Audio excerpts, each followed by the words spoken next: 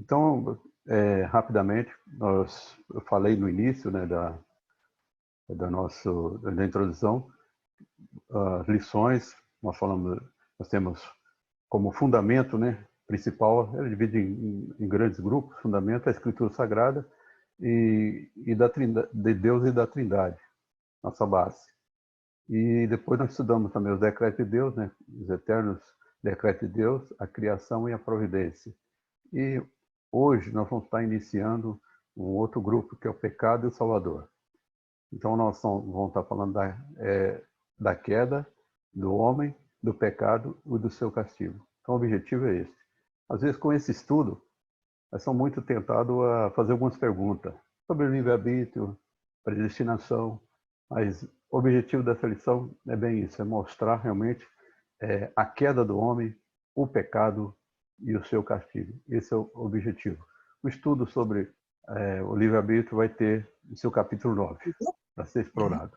Ok? Oba! Tudo bem, Galeta? Então, vamos dar início à nossa aula.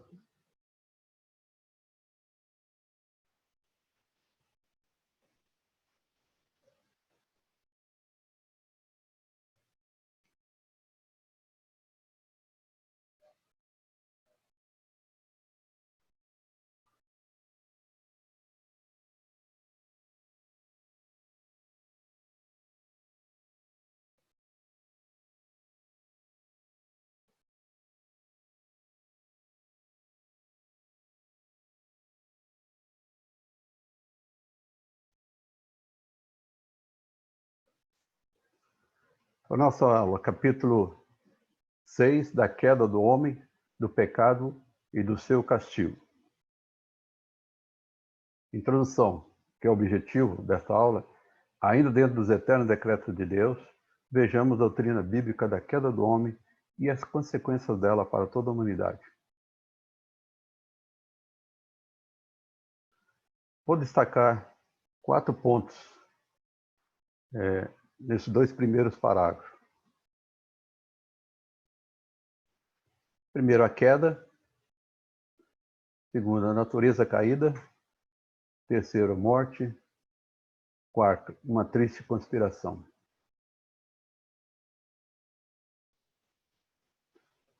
Primeiro ponto, a queda.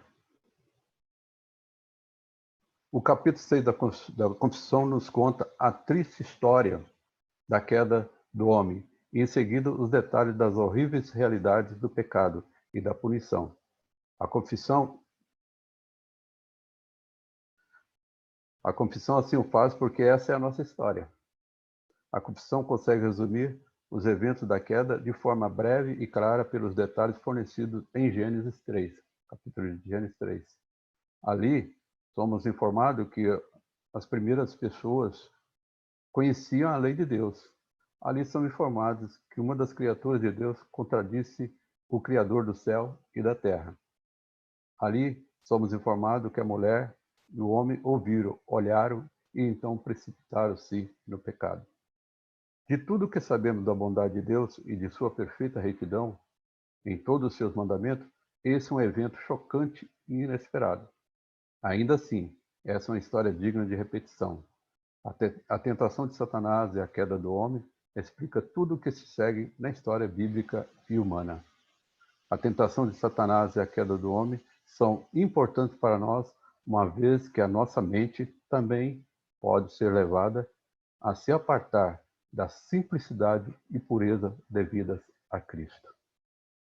Mas receio, o versículo de 2 Coríntios 11:3 diz assim, confirmando o que estão falando, mas receio que, assim como a serpente enganou a Eva com a sua astúcia, assim também seja corrompida a vossa mente e se aparte da simplicidade e pureza devidas a Cristo.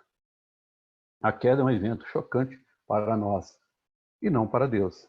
Ele não foi surpreendido porque, segundo o seu sábio e santo conselho, Deus permitiu a dissimulação de Satanás e a rebelião de Adão e Eva. Deus permitiu. que nossos primeiros pais pecassem, convertendo isso para a sua própria glória. Paulo nos lembra disto em Romanos 11:32, porque Deus a todos encerrou na desobediência, a fim de usar de misericórdia para com todos. Talvez a primeira ironia, e provavelmente a maior de todas na história, seja que o Criador planejou usar a malícia de Satanás para demonstrar a profundidade da riqueza, tanto da sabedoria como do conhecimento de Deus. Está em Romanos 11:33a. Outro ponto, segundo ponto que vamos destacar. Então, primeiro, o ato que aconteceu, desobedecer a ordem de Deus. Isso foi a queda. Aquilo que Deus tinha ordenado não fazer, fizeram. Então, foi uma desobediência. Natureza caída. Consequência da desobediência é decair da sua retidão original e da comunhão com Deus. Está inserido nesses dois textos aí que estão na tela. A comunhão que nossos primeiros pais tinham com Deus foi desfeita. Eles já não eram mais santos. O parágrafo 2 nos mostra isso. Por esse pecado, eles decaíram da sua retidão original e da comunhão com Deus. E vemos registro bíblico disso lá em Gênesis 3:8.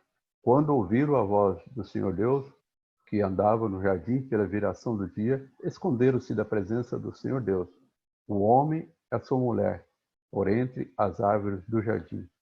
Eles agora, como nós, passam a carecer da glória de Deus, pela natureza pervertida, como vimos no relato de Romanos 3:23, pois todos pecaram e carecem da glória de Deus.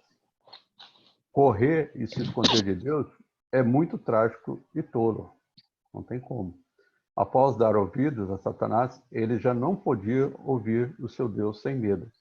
Eles foram criados retos, como nos lembra Eclesiastes 7:29. Eis que tão somente achei que Deus fez o homem reto, mas ele se meteu em muitas astúcias.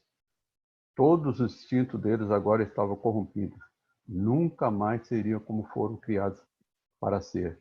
Eles caíram. E a glória de Deus se apartou da raça humana. Então, a imagem foi desfigurada com a queda, com a desobediência. Natureza caída. Outro ponto. Resultado da queda. Aí veio a morte. Esses primeiros movimentos no jardim foram um prelúdio desagradável para toda a miséria que se seguiu. Quando prestamos atenção à palavra de Deus, ouvimos que todas as pessoas agora entrariam na vida já mortos. Efésios 2:1. Ele vos deu vida, estando vós mortos nos vossos delitos e pecados. Não estamos simplesmente enfraquecidos, exaustos ou doentes. Essa morte é um câncer que não podemos curar. Uma morte em vida é a morte espiritual.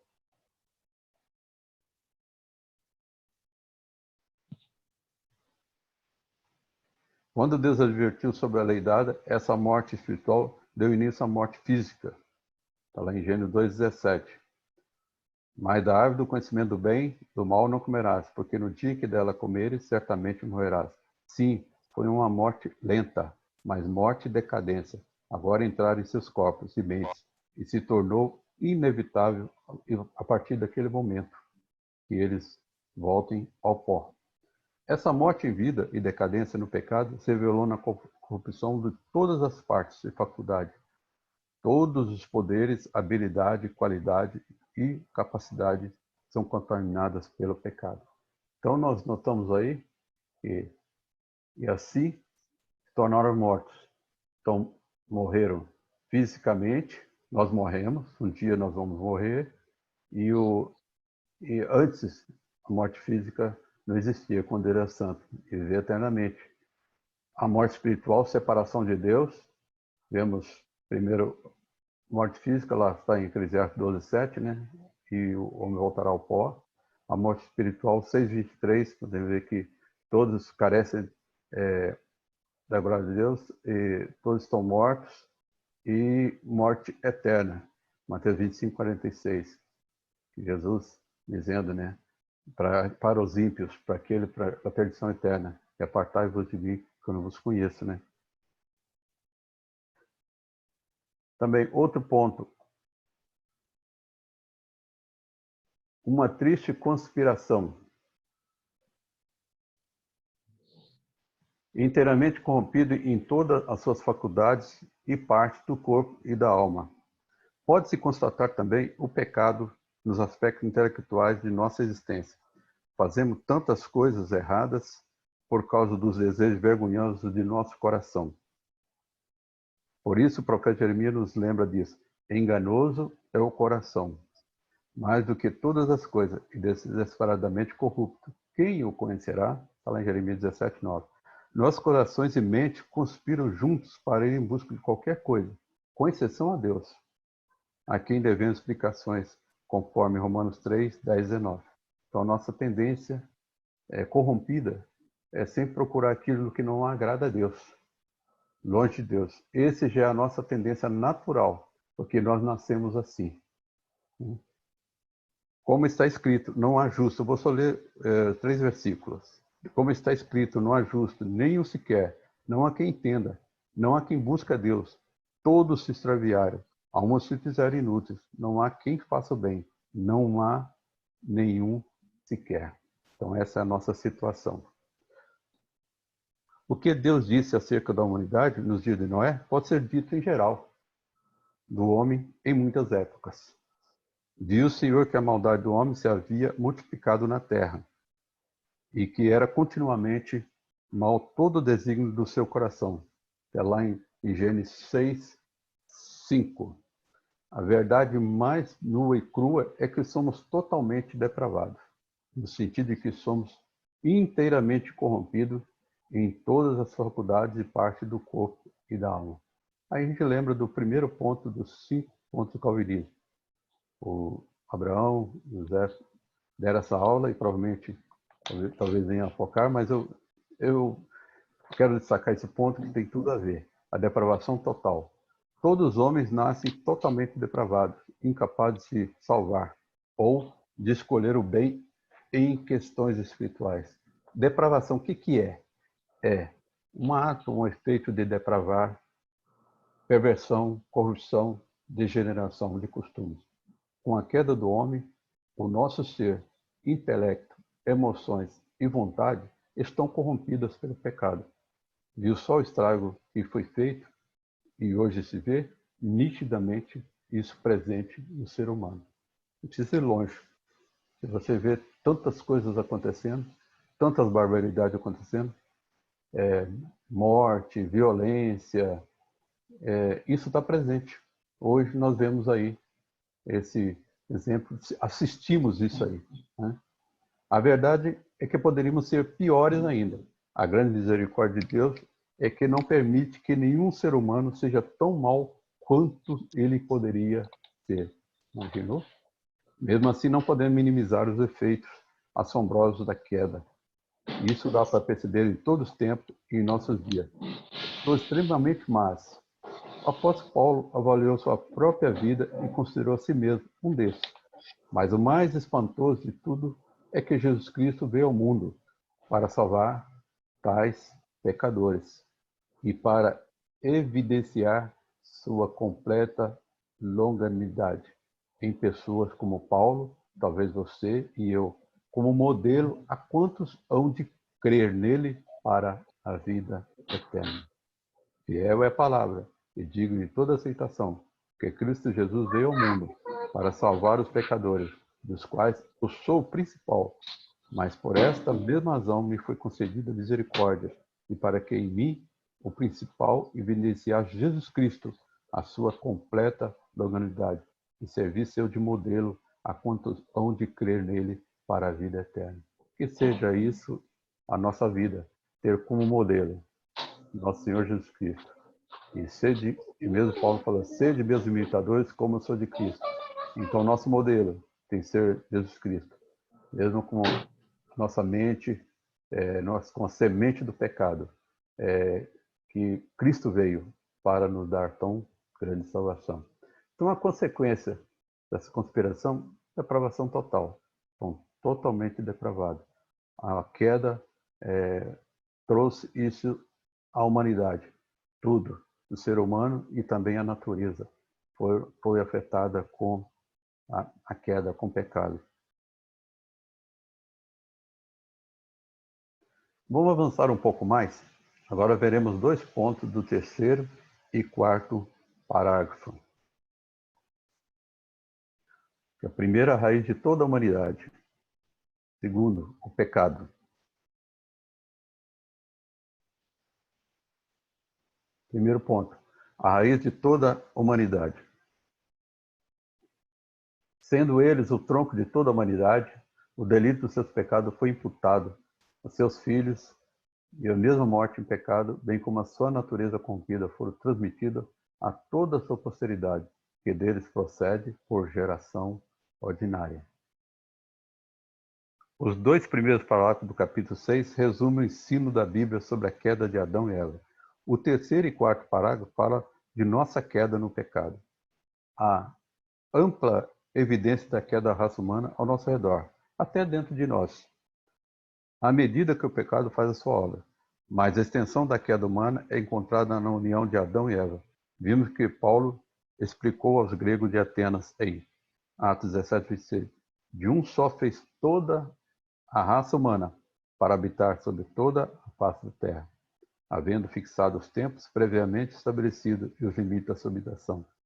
Essa é a história natural dos seres humanos, de acordo com a Bíblia. Quando a desobediência foi absorvida pelo ser humano, não houve como evitar que aquela decadência se espalhasse por todos os galhos da raça humana.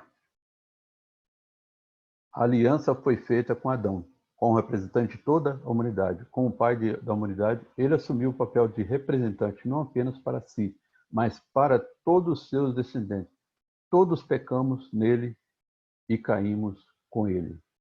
Então, portanto, assim como por um só homem entrou o pecado no mundo e pelo pecado a morte, assim também a morte passou a todos os homens, porque todos pecaram. Hoje em dia, as pessoas gostam de pensar na humanidade em termos de indivíduos isolados, semelhantes ao pé de milho, exemplo, no milharal. Se um pé de milho é quebrado e cai, isso traz pouco ou nenhum efeito sobre os demais. Mas não é assim que a Bíblia retrata a humanidade. Uma vez que Adão é representante de toda a humanidade, suas ações afetaram também a nós. Sua queda é a nossa queda. Quando ele caiu, nós caímos com ele. Além disso, pelo fato de todos nós sermos descendentes de Adão, a Escritura retrata a humanidade mais em forma de uma árvore. Falamos de árvore genealógica, por exemplo. Portanto, Adão é a árvore. E o resultado da humanidade são os galhos e ramos que saem do tronco. Diferente da plantação de milho, quando o tronco de uma árvore se quebra e cai, todo o resto, os ramos, os brotos, tudo mais cai com ele. Foi o que aconteceu com a humanidade, em Adão. Como a Bíblia ensina que toda a humanidade caiu com Adão, é só ver a confirmação disso no nosso dia a dia. Todas as pessoas agora são pecadoras, não simplesmente por imitação, mas por natureza, não cometendo pecado por acidente, nem mesmo por alguma escolha imparcial. Cometemos pecado porque nossa própria natureza foi corrompida pelo pecado. Lá, Salmo 51, 5 diz claramente: eu nasci na iniquidade e em pecado me concebeu minha mãe. Romanos 7, 18: porque eu sei que em mim, isto é, na minha carne, não habita bem nenhum, pois o querer, o bem, está em mim, não porém o efetuá-lo. Efésios 2:13. Entre os quais também todos nós andamos outrora, segundo as inclinações da nossa carne, fazendo a vontade da carne e dos pensamentos. E éramos, por natureza, filhos da ira, como também os demais. A natureza corrupta de Adão e Eva foi passada de geração em geração, de corpo em corpo. Portanto, quando ele caiu, nós caímos com ele. Em resumo, as ações de Adão, como nosso representante, afetaram também a nós. Sua queda é a nossa queda.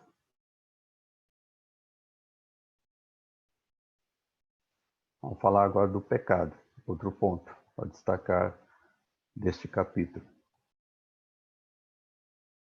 Desta corrupção original, ficamos totalmente indispostos, adversos a todo bem e inteiramente inclinados a todo mal, é que procede todas as transgressões atuais.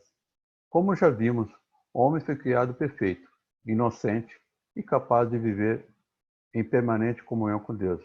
Em virtude, porém, da desobediência, ele caiu do estado em que fora criado e tornou-se pecador. O que é pecado? A definição a mais satisfatória e conhecida resposta a essa pergunta encontra-se no Breve Catecismo, na pergunta 14. Pecado é qualquer falta de conformidade com a lei de Deus ou qualquer transgressão desta lei. Essa definição deixa claro que pecado não é apenas ato, mas também intenção ou estado.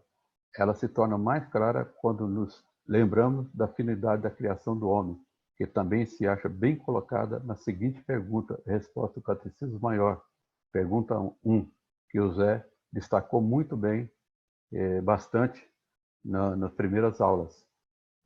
A pergunta, qual é o fim supremo e principal do homem? A resposta, o fim supremo e principal do homem é glorificar a Deus e gozá-lo para sempre. Nessa resposta, vimos que o fim supremo do homem foi apresentado de forma clara e objetiva, mas isso jamais se manifesta e jamais se manifestou em criatura alguma desde a ocorrência registrada em Gênesis 3. Essa tragédia foi o pecado.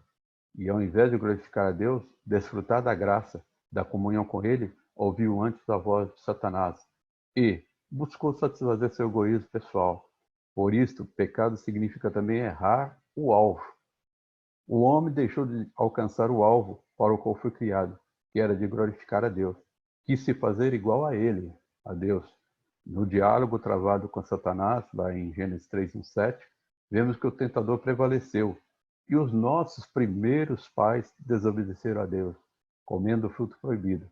Daí o afirmamos que a essência do pecado é a descrença, o egoísmo, a vaidade, o amor a si próprio, em virtude do qual o homem fez da sua pessoa o fim supremo da vida. Não apenas um ato, tornou-se também em um estado ou condição a que o ficou sujeito.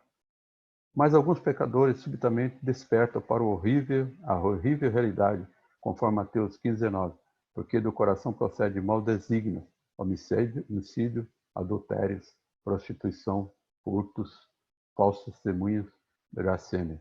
Alguns não despertam de seus pecados jamais, já outros despertam desse pesadelo e se arrependem de seus pecados. Eles continuam a pecar, é claro, mas se alegram em relembrar que há um filho de Adão que não nasceu por meio de uma geração comum. Coloquemos toda a nossa esperança naquele que foi criado como antagonista de todo mal e totalmente inclinado a todo bem, nosso Salvador Jesus Cristo. E para concluir, antes, o pecado original, estando incluso na essência de nossa humanidade, fazendo parte integrante de nossa natureza, é sempre o mesmo para qualquer pessoa. Todos foram afetados pelo pecado. Estamos manchados. Mas o poder, o sangue remidor de Cristo nos liberta. Para concluir, vamos aos 2 pontos do 5º e 6º parágrafo. Uma corrupção remanescente, 2, pecado original e pecados atuais. Como corrupção remanescente. Esta corrupção da natureza persiste durante esta vida, naqueles que são regenerados, e embora seja ela perdoada e mortificada por Cristo, todavia tanto ela como seus impulsos são real e propriamente pecado.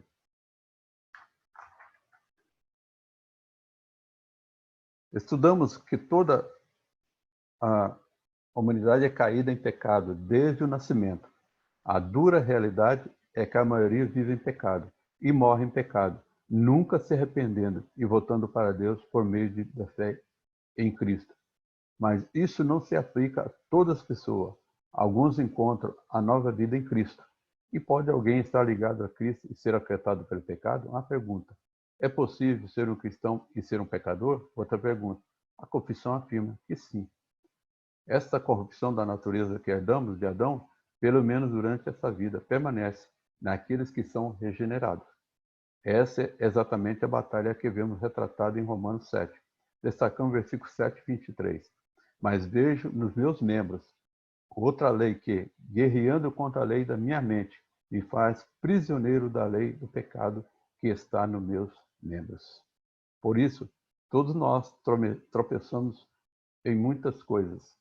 Tiago 3,2 destaca, porque todos tropeçamos em muitas coisas. Se alguém não tropeça no falar, é perfeito varão, capaz de refrear também todo o corpo. E Eclesiastes 7,20 diz, não há homem justo sobre a terra que faça o bem e que não peque. Outro texto está em 1 João 1, 8 e 10. Se dissermos que não temos pecado nenhum, a nós mesmos nos enganamos, e a verdade não está em nós.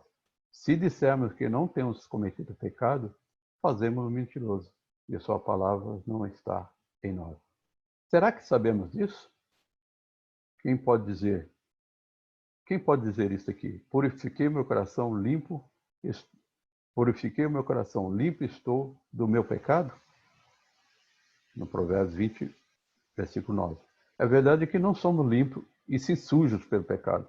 Felizmente, João diz, se confessarmos os nossos pecados, ele é fiel e justo para nos perdoar os pecados e nos purificar de toda injustiça. Mas embora sejamos perdoados e mortificados em Cristo, mais uma batalha continua mesmo, o Espírito Santo fazendo morada em nós. Paulo retrata isso em Romanos 7. Ele resume em Gálatas 5,17. Porque a carne milita contra o Espírito contra a carne. Porque são opostos entre si, para que não façais o que porventura seja do vosso querer. Então, em síntese, o pecado original persiste no regenerado. O pecado remidor atinge os pecados pessoais. Último ponto a destacar: pecado original e pecados atuais.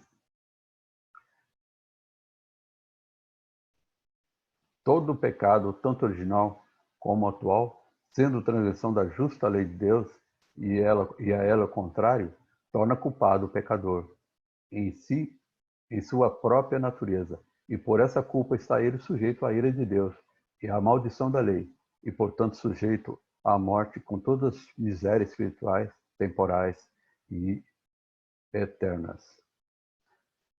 A confissão termina o 6º capítulo com uma sistemática do pecado. Este capítulo discute o pecado original e o pecado real.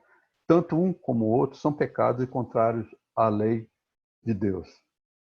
E, por natureza, violações dela. Como diz 1 João 3,4, todo aquele que pratica o pecado também transgride a lei, porque o pecado é a transgressão da lei. Em sua própria natureza, a quebra da lei sempre traz culpa. Paulo, ao falar da quebra da lei, afirma que todo mundo é culpável perante Deus. Então, em Romanos 2,15, esse mostra a norma da lei gravada no seu coração, testemunhando-lhes também a consciência e os seus pensamentos, mutuamente acusando-se ou defendendo-se. Quando a confissão afirma que estamos sujeitos à ira de Deus, Paulo nos lembra disso em Efésios 2,3, entre os quais também todos nós andamos outrora, segundo as inclinações da nossa carne, fazendo a vontade da carne e dos pensamentos. E éramos, por natureza, filhos da ira, como também os demais. Quando a confissão fala da maldição da lei, nos remete ao texto de Gálatas 3,10. Todos quantos, pois, são das obras da lei, estão debaixo da maldição, porque está escrito, maldito todo aquele que não permanece em todas as coisas escritas no livro da lei, para praticá-las.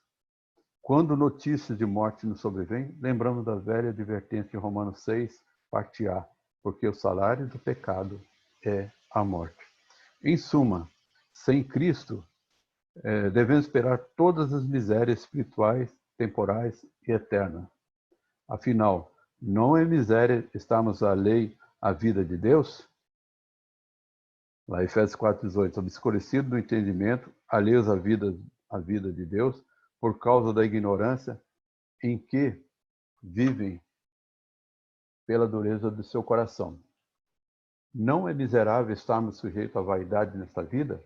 Romanos 8 diz, pois a criação está sujeita à vaidade, não voluntariamente, mas por causa daquele que a sujeitou. E sermos punidos pelos nossos pecados. Então nós vemos as perguntas que temos, né? Afinal, não é miséria estarmos alheios à vida de Deus? Não é miséria estarmos sujeitos à vaidade nesta vida e sermos punidos pelos nossos pecados? Lamentações 3,39 diz, pois se queixa o homem vidente, queixa-se cada um dos seus próprios pecados. Não é desesperadora miséria ouvir o Salvador dizer? Isso é sério. Não é desesperadora miséria ouvir o Salvador dizer: apartai-vos de mim, malditos, para o fogo eterno, preparado para o diabo e seus anjos. Está lá em Mateus 25, 41b. E sofremos os pecados de maior e sofremos a penalidade da eterna destruição, banidos da face de Deus e da glória do seu poder. Então, só voltando a esse ponto, aqueles que estão longe de Deus, e só de pensar nisto, essas palavras de Jesus, esse texto de 25, Mateus 25, 41, não é desesperadora a miséria do Salvador dizer: afastai-vos de mim, malditos, para o fogo eterno, preparado para o diabo e seus anjos, e sofremos a penalidade de eterna destruição, banido da face do Senhor e da glória do seu poder.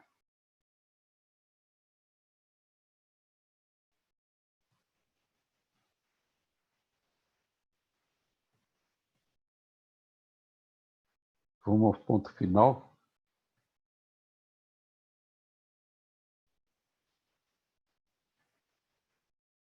Há pecados...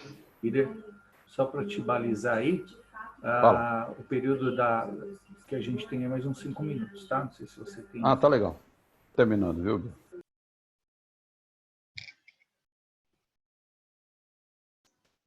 Há pecados de maior gravidade, mas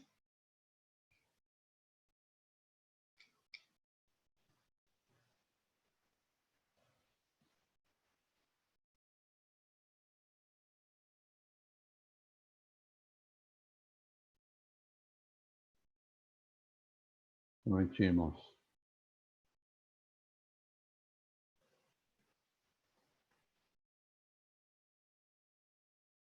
Há pecados de maior gravidade, mas ao lembrarmos do ensino das Escrituras, do qual todo pecado merece a morte, os teólogos de Westminster também estão argumentando contra uma das mais famosas distinções da história do pecado, em relação ao inferno.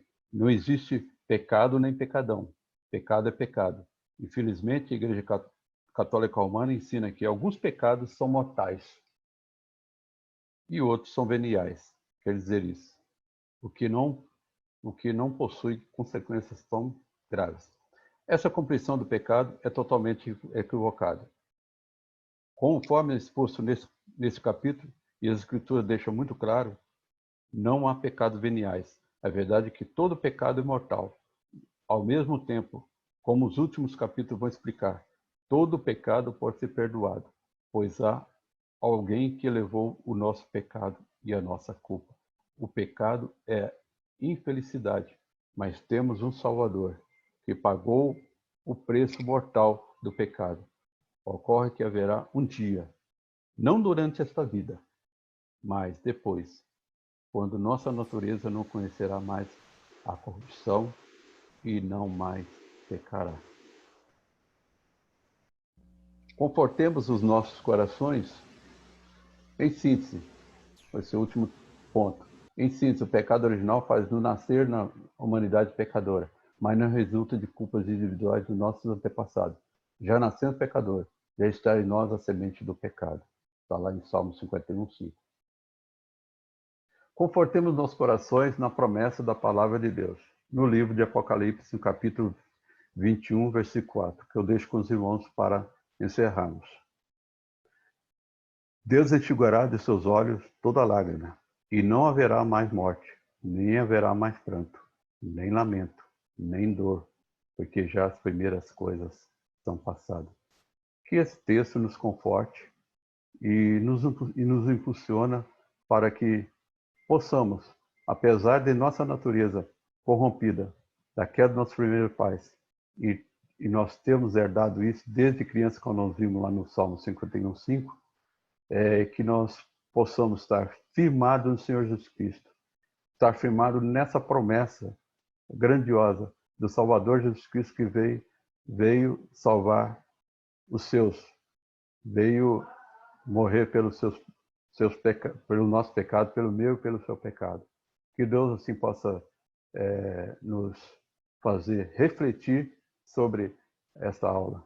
Foi o objetivo principal, refletir sobre a queda, sobre o pecado e as consequências que tudo aquilo nos trouxe da queda dos nossos primeiros pais. E possamos procurar buscar, aproximar cada vez mais do Senhor Jesus Cristo, fazer a sua vontade.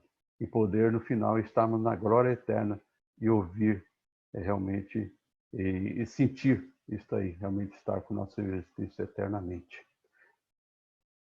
Amém e amém. Quero pedir ao Bill. Oi. Ô Bill, eu vou pedir para a Roberta, para abrir para ela poder orar para a gente. Tudo bem, Roberta? Okay. Deixa eu abrir aqui. Roberta.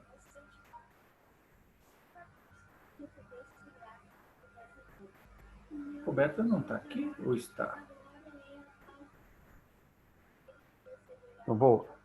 Roberta não estando aí, vou pegar o Carlito. Cadê o Carlito? Carlito. Então vamos. Aí, Carlito. Vamos ter uma palavra de oração encerrando essa aula. Primeiramente, quero agradecer mais uma vez todos que participaram, todos presentes. A lição, o esboço, como falei antes, foi exposto, foi passado. Vou passar a apresentação também. Mas, como já refrisou bem o Abraão, que os irmãos possam ler a Confissão de Fé. Não dá numa hora ou até uns 50 minutos passar tudo, mas que leia atentamente. Leia cada lição. É passo por passo. Hoje foi um assunto bem pesado, mas ele é bíblico, está na Bíblia, como falei antes. E os demais, nós vamos estar estudando, vai chegar um momento que nós vamos, acho que o próximo sobre o Salvador, nós vamos estar estudando a respeito disso aí. Então, passo a passo, nós vamos indo. Que Deus possa assim, abençoar realmente a vida de cada um. Vamos orar com o Carlito? Senhor, meu Deus, nosso Pai, nós te agradecemos, Senhor, por mais esse alimento espiritual, Senhor, que o Senhor nos deu nessa manhã, Senhor. Abençoa, Senhor, a vida de cada irmão, Senhor, que assistiu conosco, meu Pai. Essa palavra abençoada, esse ensino do irmão Ider, e aqueles também que não puderam, Senhor. E aqueles que ainda vão assistir, meu Pai, através do YouTube. Senhor, guarda cada um, Senhor, e que nós venhamos aprender cada dia mais e mais na Tua palavra, amém, para a Tua honra e Tua glória. Em nome de Jesus que eu oro e agradeço. Amém. Amém. Viu a foto aí, a tradicional amém. Foto? Vamos, mas precisamos que todos abram aí as câmeras. Vou tirar até o óculos.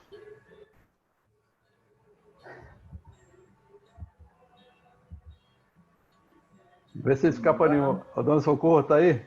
Dona Socorro. A Dona Socorro falou que da última vez não apareceu, mas todos que estão na primeira página aqui, não tem página adicional. Então, se estiver aqui, ó, a Dona Maria do Socorro, ela está aqui. Cadê? Aqui, ó, Maria do Socorro. Todos estão na mesma página. Está faltando Siqueira, o Zé não tem câmera, né? Então, Siqueira está por aí? Tá sem câmera.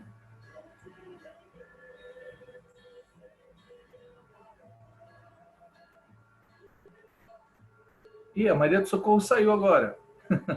Entrou de novo. O Siqueira não está. Cauane está entrando agora. O Siqueira não abriu a câmera. E a dona Maria do Socorro saiu de novo, ó. Líder, tá vendo?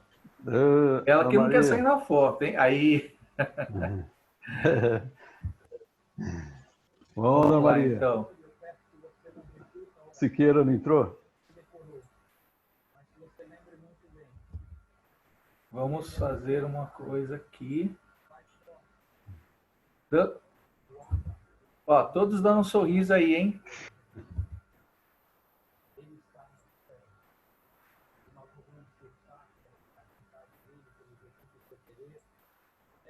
Muito bem.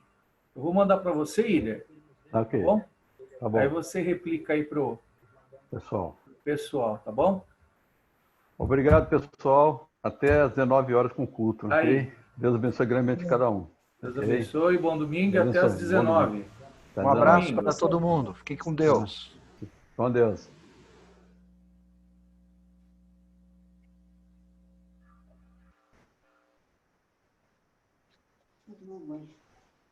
Depois você vai entrar. Eu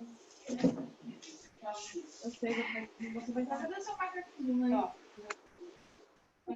Já fiquei diferente. Posso soltar? Você primeiro mesmo? Cadê o seu macaquinho? Cadê o seu macaquinho?